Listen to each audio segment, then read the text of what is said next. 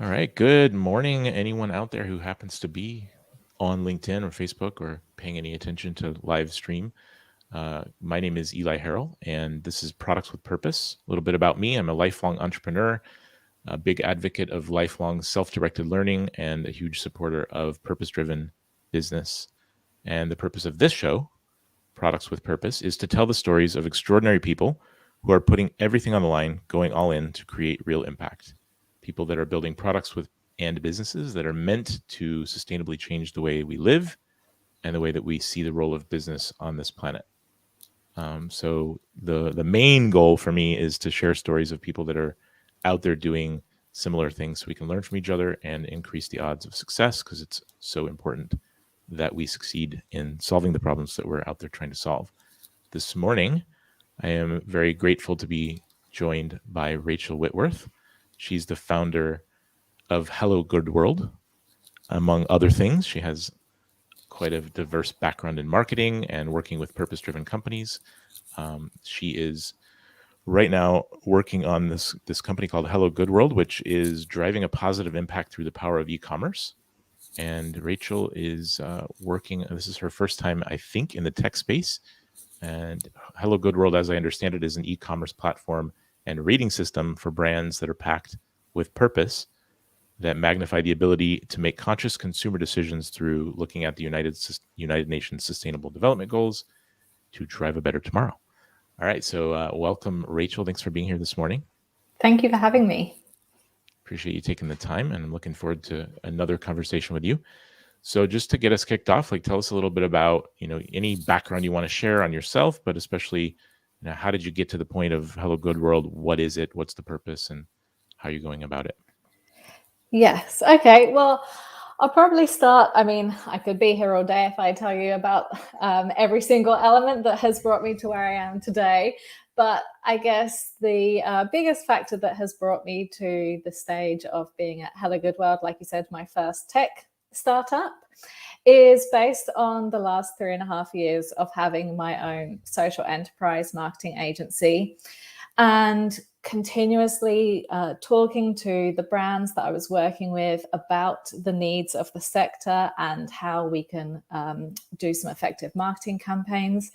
And over the years that I've been doing that, there was more and more conversations that were arising that I was having the same conversation with each brand. And I was starting to recognize that there's actually a huge piece of the puzzle missing, because social enterprise as a concept is really it's deeply ingrained into the way we were trading back in the day, way before sort of consumerism has really taken a major place. But it's also a brand new concept to the majority of people now, which is a shame. But because of that, there's a huge piece of education that needs to happen. And it's really hard for a small business. I generally work with really small solo entrepreneurs that are just trying to make a change with their business in whatever shape or form their social or environmental mission is kind of directing. But as a whole, there's still a little bit of a disconnection with the general public or the general consumer about actually the power of using their dollar to make a difference. So fast tracking that to Hello Good World. So Hello Good World is an e-commerce platform where people can search based on their values through the United Nations Sustainable Development Goals. We are working with those that fit into the social enterprise model and those that are working towards making an impact in their business or choosing more ethical and sustainable sources, generally what we like to coin better business or good business. And that we are just really excited and delighted to have all of these people that are doing better business to be on this one platform so we can help the educational process together. The other part of it is that for consumers that do have a little bit more knowledge about these things, they are also tackling greenwashing, ethical washing, spending hours and hours of time sort of trying to pull all of the resources together to make a somewhat educated decision from their end. And we're basically providing this tiered system so people can understand and acknowledge where the brands that they are buying from fit actually on the scale of working towards the sustainable development goals, and how that fits into their values. So the platform is designed to help consumers be able to vet and find and really be confident that the companies they're buying from are developing their products in a way that they're happy with, sustainably, ethically, etc. And then Yes. for the companies that are actually doing these things, it puts them out there in a way that people can see who they are and what they're doing. Yes, that's right. Fair? Okay. That's right. At the moment, the brands are getting a bronze, silver, or gold standard mark from us, which is those that are getting the gold are those that are proving that they are not just doing amazing, ethical, and responsible work with the products that they are selling, but they are also having a really profound impact. And those that are sort of the bronze and silver are working towards being able to prove that too. But we really wanted to welcome people that worked outside the mold. There is so many different directions that social enterprise or purpose-led, impact-led organizations can be driven by, and not everyone always necessarily associates themselves with the term social enterprise themselves. So everyone is welcome. Let's talk a little bit about that term. And I've heard you say that, of the different models that exist for putting together an organization that's designed to solve an important problem, that social enterprises are the ones you lean toward or an advocate of. Tell us a little bit. Again, I think this is a term that not everyone instantly understands how it separates itself from other terms. But why social enterprises? What does the term mean to you? And yeah, tell us a little bit about what you think. Why does it matter? Why should we all be thinking about this term? Yeah, absolutely. So for me, social enterprise sits in between a not-for-profit and a charity, and a business that is choosing to do better with some of the practice that they are doing. A social enterprise is generally started by trying to provide a solution to a true social or environmental problem. And so I think that's the biggest difference with brands that have maybe transformed over the years and integrated better practice, rather than those that have actually started and that actually impact driven, and their core focus is actually based on the social problem that they are really trying to tackle and providing solutions towards that. And I think the difference that I have found with the businesses that I have worked with is that you can have an impact. Anyone can have an impact. Every conversation that you have, every product that you sell has an impact in some direction. But I think the difference when I am talking to those that are specifically in the social enterprise space is that they truly understand and recognize where they sit in their impact. And that is at the forefront of everything that they do. So they will often change the product or solution or the methodology or whatever to continue to help best serve that, rather than add in additional elements to continue to make a better choices. Now, I'm not saying that either one is better than the other. There are some amazing brands out there that wouldn't identify as social enterprise, but that is why social enterprise lights me up, because because that they really are problem solvers, which is just a really beautiful entrepreneur to be working with. Thank you for clarifying that. What are some of the timing? What are some of the trends that you're seeing in the timing in the market related to how consumers are heading toward making decisions based on purpose-driven companies? Or what are you seeing that makes you either excited or not so excited? Yeah, just like what trends are you seeing? Yeah, well, because obviously Hello Good World, but also I do work closely with the Queensland Social Enterprise Council. It is sometimes disheartening for those how many people do not understand and how many people really aren't ready to what they the social enterprise movement in Australia has coined hashtag switch to good. I think that we're a long way off that here in Australia. I think in Australia we've got about 20,000 social enterprise currently. Well, that's the rough figures that I can find. And then if you look at Europe, there's 2 million. Now, in Australia, we often follow the trends of what's happening in Europe and the UK. I think the UK alone has about 480,000 of those social enterprise.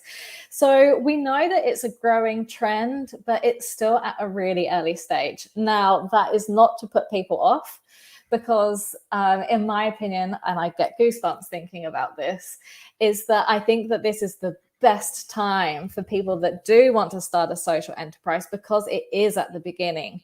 Don't wait until it's too late and you are kind of trying to catch up to some of these really large organizations that are actually having to reverse their model to try and do better. Like, this is actually the time when I really believe that small business can progress and power forward for that very reason. So for that sort of solo entrepreneur, I think like now is an amazing time to be involved in this.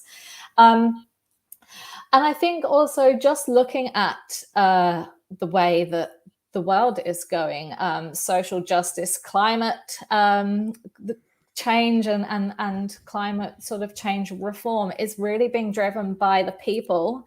And so if you have a think about when you're talking like especially products, business to consumer, that although that not necessarily everyone knows about this model and how the power of their dollar can make a difference, they're soon catching up. Because if you have a look at everything else that's happening, this is an amazing way to actually make a difference, rather than wait for the politicians to make a decision by 2050, which just seems like just way too far away.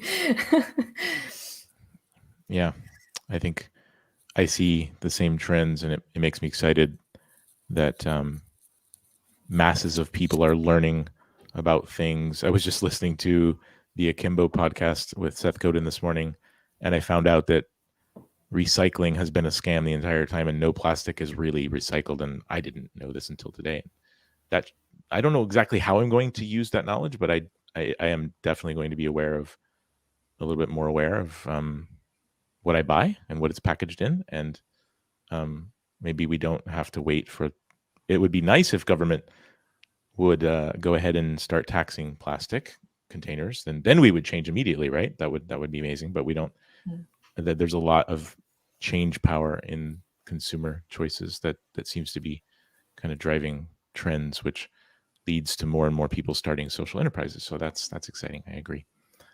How do you kind of connected to that? You and I had chatted before about how you see, and this is a little bit of a side, going a different direction here, but how do you see those trends affecting, and this is not directed toward founders, but more anybody out there who has a skill set and is working in a certain industry or whatever your career happens to be, your career path.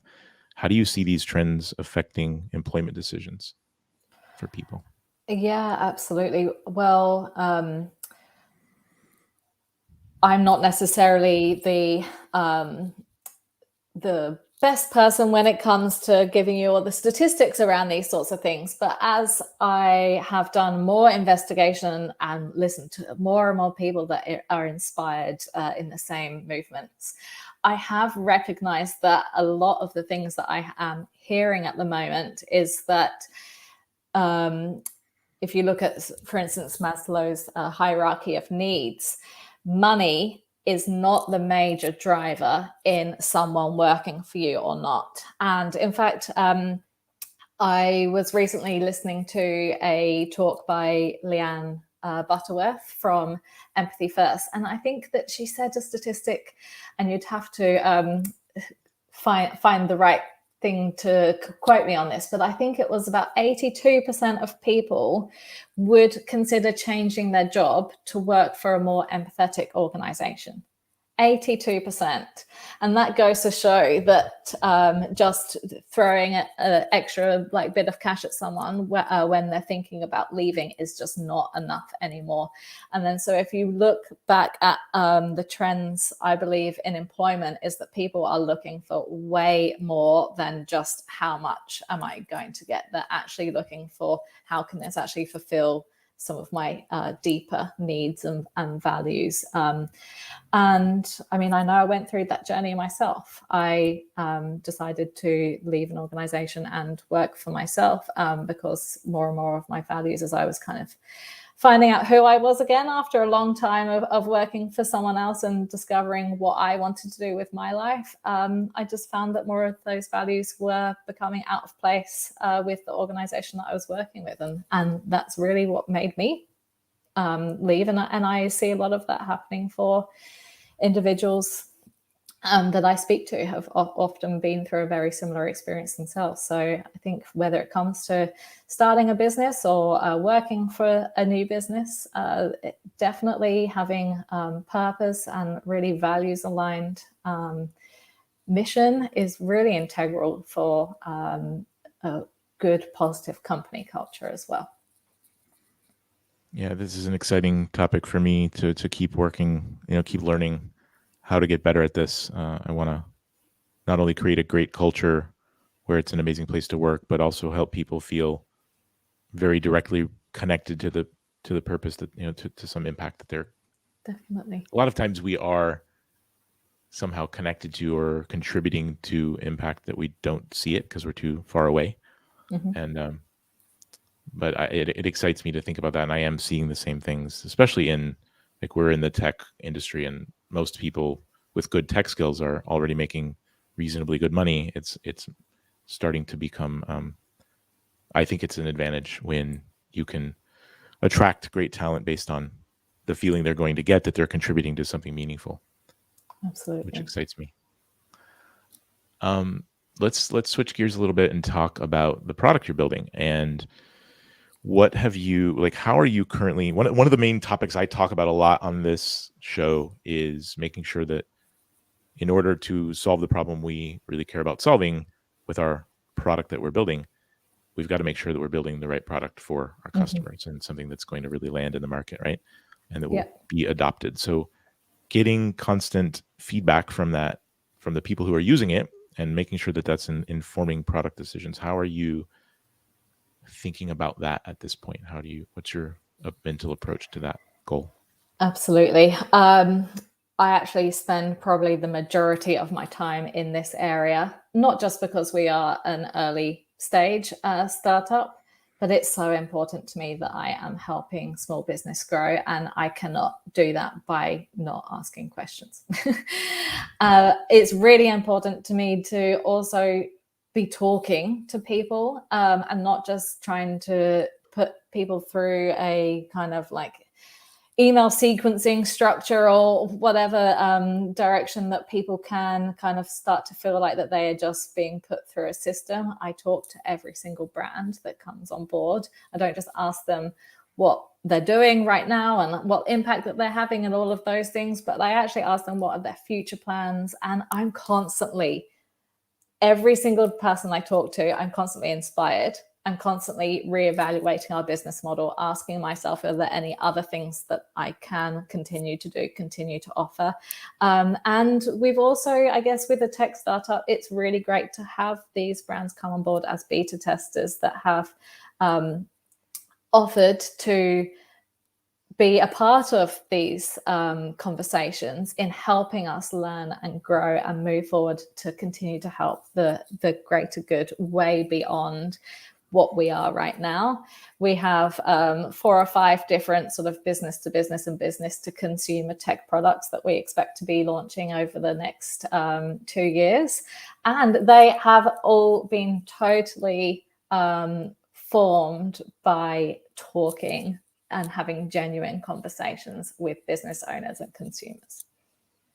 I love that. That's a common answer that I get from people that seem to be super connected to their audiences, that they, as founders, as long as they possibly can, and maybe never ending to some degree, continue personally interacting and talking directly with customers. So I think that's amazing. Actually, I just changed directions, and there was something really important I wanted to ask you to dig deeper on, and started to go away from it. I really want to actually go back to this.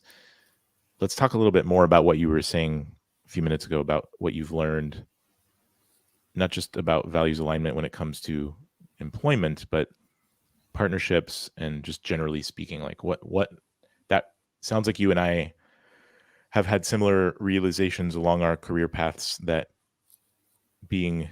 working with people where you really feel like you have values alignment is critical. Like, what have you learned there, and what has it led you to decide? I think when I first started my entrepreneurship, is probably before I even understood social entrepreneurship. I kept hearing sort of create a business mission, create a business vision, blah, blah. And I would just write it down, and I'd just think, like, I was constantly going to different events, and they said, yeah, just write down your business mission like it was nothing, just write it down. And I just constantly always just be like, to provide marketing services for people brands that I like, and that it doesn't light you up at all. And so as I've always said that entrepreneurship has probably been the biggest spiritual journey and the most deep look into myself, as much as it's then been an external process in my business too. And actually understanding my highest values was the best thing, hands down, that I ever did with my business. Because once I understood my values and actually where I fit into, what my mission was in life, and then how could that fit into my business at the time, which was House of Eden Studio, the marketing agency, I was just so laser focused from there on in of who I wanted to work with, who I didn't want to work with, how I can help. And when you just actually start to really like niche and focus on what your why is, that is actually the whole reason why Hello Good World has come about, because I've continued to ask questions, continued to look at how I can help those people that I was helping in new ways, still asking questions, always trying to find new solutions. And definitely knowing my values was the biggest part of that. My co-founder and I have just recently done a combined values process, because we not only need to know now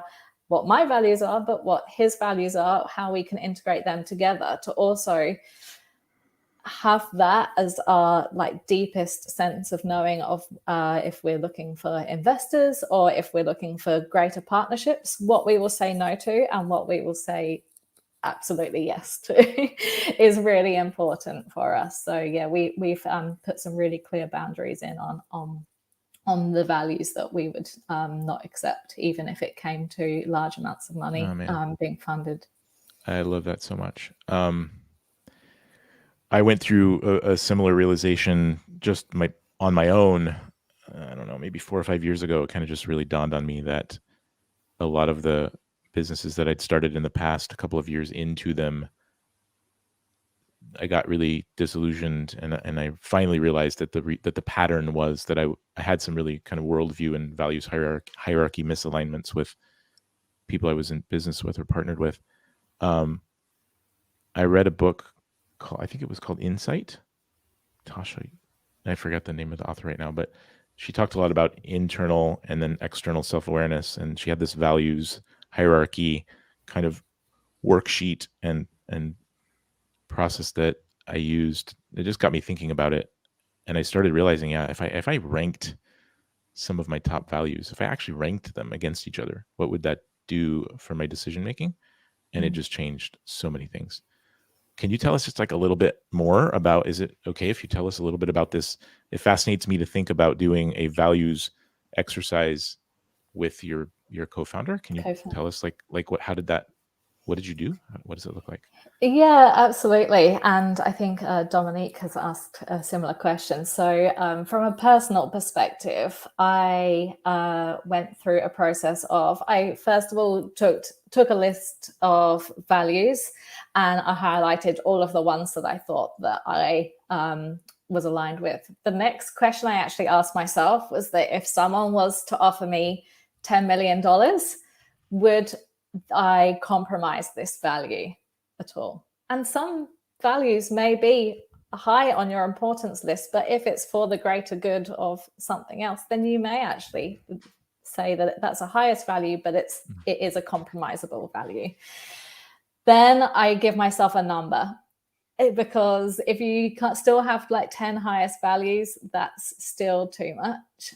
Ideally 3 values only. And like you said, like rank them in order of importance. Ask yourself questions like, how does this fit into me as a person? How does this fit into me as a child, a mother, a father, a sister, or a brother? Like, how does this fit into sort of your family values? How does this fit into your business values? And looking at all of those types of things. Now, when it comes to having this conversation with a co-founder, we both did that process very individually. Mm-hmm. And then we actually recognized that there were a few groups that our values combined fit into. And that in some cases, what we were actually probably looking for is that I may have had like the value love, he might have had the value family, and we actually realized that the combination of the two actually produced the word that we were looking for. So we actually started like really looking at how we could group those values together to look after like both of our needs. But we also actually realized that there was quite a clear direction, that some of them became our core values, and then some of them became our practice. So some of them were, these are the values that stop us from what our partnerships might be, or who we want to work with, or how we conduct our business, and things that we will not change at all. The others became sort of codes of conduct, and the more so the way that we want to work with the people that are coming on board, and staff, and with each other, and things like that. I think that's brilliant, and it would change so much for any company if founders did this. How early in the starting of the partnership did you do this? Well, so or how late?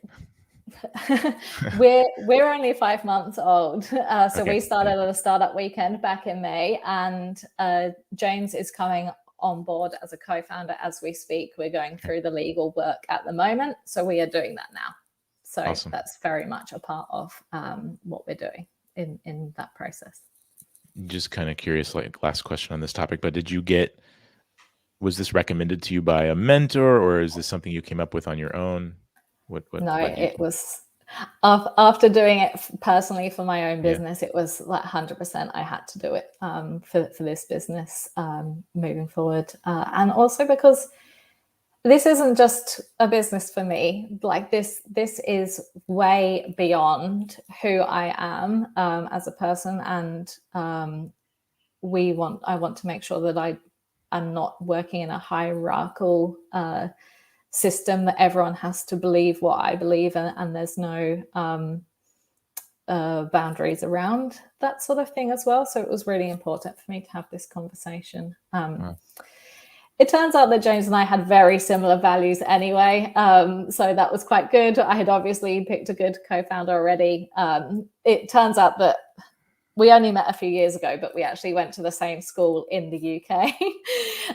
We were just a few years apart. So we work really well together already, but then also noticing that we had really values aligned stuff as well. It just made sense why we were so good at working together so far.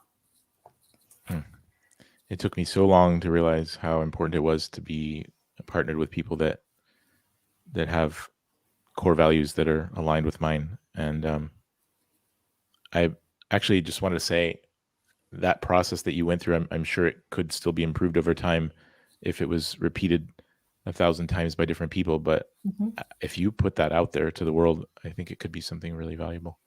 for other founders, because it's just something I've experienced where finding out later that you have values misalignments is really not good. And I also just love the fact that you've taken it to the point where you've now used it as a code of conduct, and you now have some that if we see these values in potential partners, that I mean there is a deal breaker, we're not working with them, right? Is that what I'm hearing you say? Absolutely. I think that's amazing. I think that's one thing my business partner and I haven't clarified enough, and there've been these decisions before where we really had to put a lot of energy into, do we do this or not, do we take this partnership or not? And ultimately I think we made really good decisions, but it took a lot of work to think them through, whereas if we had already done this work, it would have just been, no, that's obvious, we don't do it.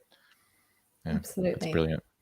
Yeah, there are a couple of organizations that I know that do also help founders with creating those frameworks and things like that. One is a Melbourne organization that I can flick you the details for to put in the show notes as well. Yeah, we should do that for sure. I think resources for this would be very valuable. Thank you. Thanks for sharing that. That's okay. I love it. Let's talk a little bit about, so I know this is your second company that you've started. Is that correct? This is the second successful company.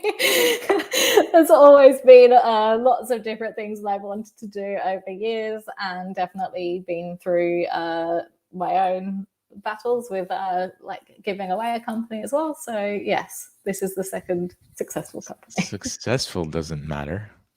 Not in the context of the question I was about to ask, successful definitely doesn't matter, because what I was going to ask you is, what are some of the inner game challenges that you've run across being an entrepreneur, like starting anything, successful or not? Confidence.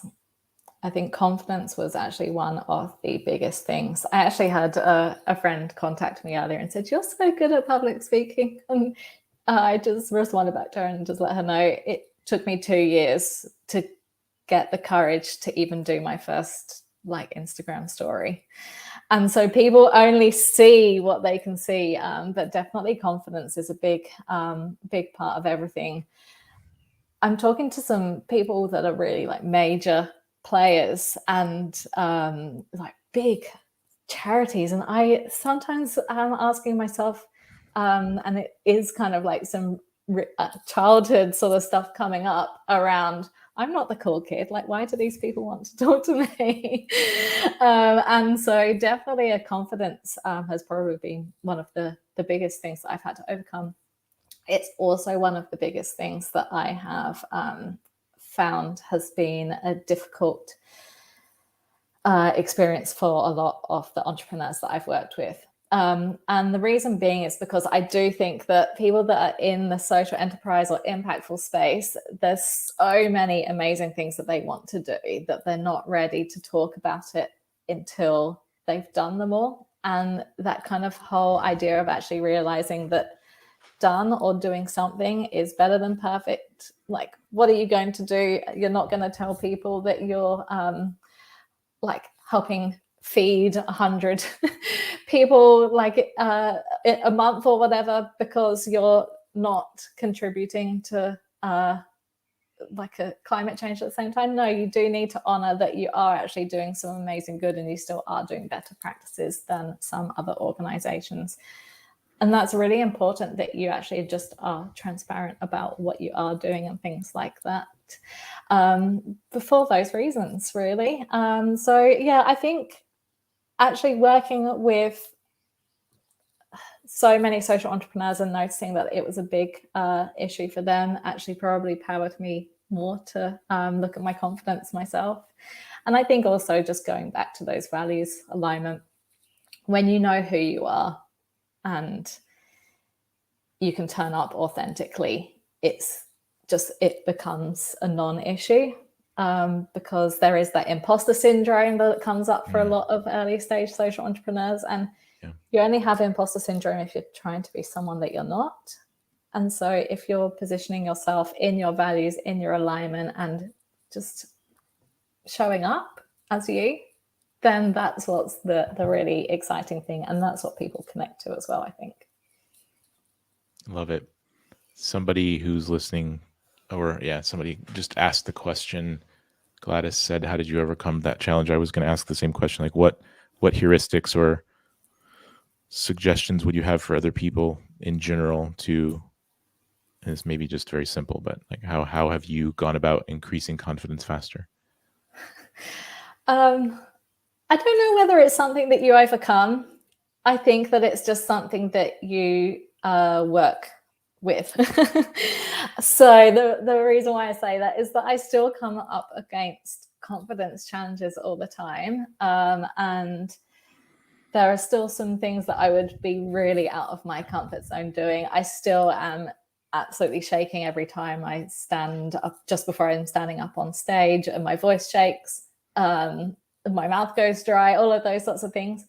But I'm not afraid to do it. And that's because I am just being me. And I know that I can be me. A couple of little tips that I do when I am starting to feel those nerves are things like, if you hold your hand here, that's a trigger point to pinch between your reduce thumb and your finger, stress and things like that. Breathing, breath work. Actually, breath work has been one of the biggest and best practices that I've done for the last 2.5 years that have really helped me learn who I am, what I will not compromise, and things like that, and definitely helped with a few of the challenges. The final thing is, obviously, from being from a marketing background, I've also now understand how I can communicate efficiently with my values, my alignments, by like being more transparent, showing up and being me actually is a huge part of the bigger mission. And so when I realize that it is beyond me, then also I have less focus on it's me on a camera. not about If you. that makes yes, So like it's not about me. focusing on service and the gift you're giving to That's others, right. right? Yeah, that's always worked for me with speaking. Like if I'm nervous, I know that it means I'm focusing on what other people might think about me, but I'm there to give a gift. And if I think about just focus on what I'm trying to give to the people that are listening, it changes a lot. I haven't said this out loud publicly, but a lot of what you just said made me think I need to start saying this out loud. But I joined a Toastmasters club maybe 6 or 7 years ago, and I don't think I was a very clear communicator before that, even though I had had a decent amount of public speaking experience, and it didn't make me that nervous at that point. But it super helped me to increase confidence and just the ability to package ideas. And probably my biggest passion project that I see for my future is building a tech platform that gives people the ability to create public speaking practice clubs globally. Great. And because I think that's just something that giving yourself the ability to do that scary thing over and over and over again, and then realize how good you feel about yourself when you start to master it, can help people realize that doing scary things is the path. It's like when you find that thing that makes you uncomfortable, unless it's dangerous, it's exactly the thing you need to be doing to grow confidence. Yeah, there is a lot of things that I relate to in what you've just said, but getting comfortable in the uncomfortable. But having your own business is not easy. It's not smooth sailing. You will come across challenges daily, weekly, monthly, and it is how you deal with those challenges. And trying is better than not. And so if you just constantly try a little bit every single day, whether it is public speaking or whether it is to test something new with your marketing or whatever, you don't know unless you try. And I think that holds a lot of entrepreneurs back as well. Yeah, I agree. All right, so many threads to pull on. There's one area of expertise that I think you have that could be really useful for people out there building products with purpose, because you've worked so much with companies, many of them small. That's fine. I think not so necessarily relevant what size they are, but I know you've worked with a lot of companies in helping them align their purpose with their market model and message, if I'm getting that roughly right. But like, what tips could you tell us a little bit about that experience, and then what tips could you give to early stage startups about communicating their purpose? Yeah, absolutely. I could go on about this for quite a while, so I'll try and skim it right down. But there are a few things that I have noticed. So to kind of give it to you in a bit of short form, that social enterprise specifically, some people are getting that confused with not-for-profits and charities. One of the things, and I know it's a bit different around the world, but I think more and more so charities are actually having to show people some kind of reporting in most countries of what they're doing with the money, how they're actually interacting. Now, because that there is this kind of misunderstanding when it comes to what a social enterprise is, that I think sometimes impact-led organizations, combined with that confidence and not communicating the impact that they are actually having, or even what their vision is, or what their mission is, what they're planning to do in the future, by not communicating that at all, is actually creating a big roadblock, because that is actually, because the public perception isn't necessarily accurate, and there isn't necessarily anything that's forcing social enterprise or impact-led organizations to communicate those things. The fact that they're not is actually creating, just a big miscommunication in marketing in general. And that is actually one of the things that I do believe is stopping a lot of brands from being successful. So it's a combination of having the confidence to do it, and it's also just making sure that you are measuring those things so you can communicate them with your authenticity. And with the transparency, you can absolutely say the things that you're not doing yet, or the things that you plan to do. That communication, from that authentic communication, is exactly what clients are looking for. And that's kind of looking after the skeptic buyer that really is actually looking for reasons not to buy from you. So appeasing that person by actually making something around that, whether it is your own report or whether it is like just ongoing feedback. It could be you in front of the camera a bit more often, so they know who the person is behind the brand. You can do that in multiple different ways, but that is important. The other thing is that with a lot of small business owners and things like that, I think the branding isn't the focus for a lot of people. And I think that that's also sometimes creating a bit of a malalignment, because at the end of the day, people want to buy nice products, nice things. They want to buy from brands that just make them feel good. And there are so many businesses out there that either don't even have a logo, or don't have consistency. And people don't realize that every time that you see visual inconsistencies is giving those people a reason not to buy from you. And if you're looking to connect with people from the heart, they want to see nice imagery. They want to see like who the person is behind the brand and those sorts of things. So I think that they're like two major tips, is to look at your branding, but also make sure that you are communicating your impact. So being willing to tell the stories of the things that you're planning to do, or the things that you are doing, even though they feel small, constantly, just as a habit, even, not waiting until you think you've achieved something grand, right? Is that kind of what you're saying? That's it's right. Like get in the habit of talking about your vision and your purpose. That's right. I think that's something that we need to work on as well, personally, because like in my business, our purpose is to, we want to work with purpose-driven companies to amplify what they're doing with their technology products. Mm-hmm. And so it's kind of a second layer support model, where I think the amplified impact is big, but it's not always that easy to measure. We have to measure it through the impact that our clients are having. And I'm not spending enough time yet on that messaging, I believe. So that's good advice for me. thanks for that. And a resource to probably look at is the theory of change when it comes to that, which would be its own podcast in itself. But the theory of change is really helping you understand what your impact is and how your organization is working towards some kind of change. And it will also help you understand what measurements that you need to look at. What measurements are you going to use to decide to make an understanding of whether you have created an impact or not. Excellent.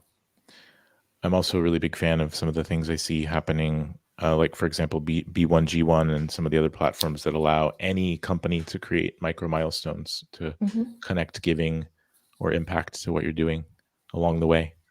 So absolutely something I also want to continue to implement more and more.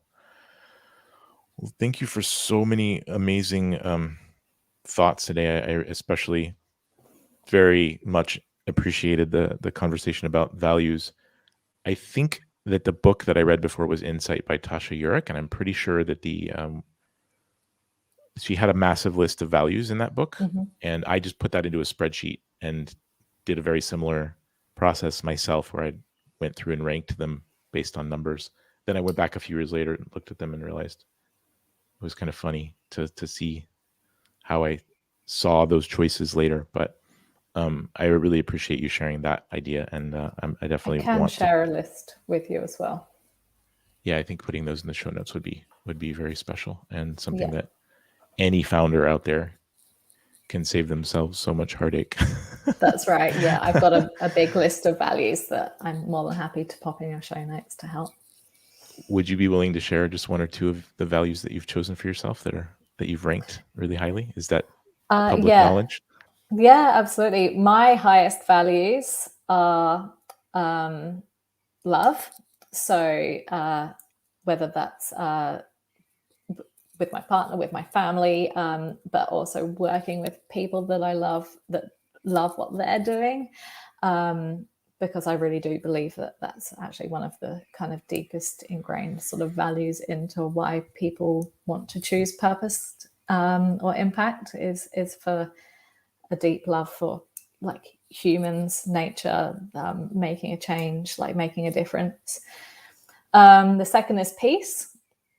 So peaceful solutions, peaceful conversations, doing things from a peaceful manner, even as far as to say peace and quiet. I value peace and quiet so much. It helps me get into the zone to be a true creative, and disturbances don't. So that's one of the things that would actually kind of define how I use my working day.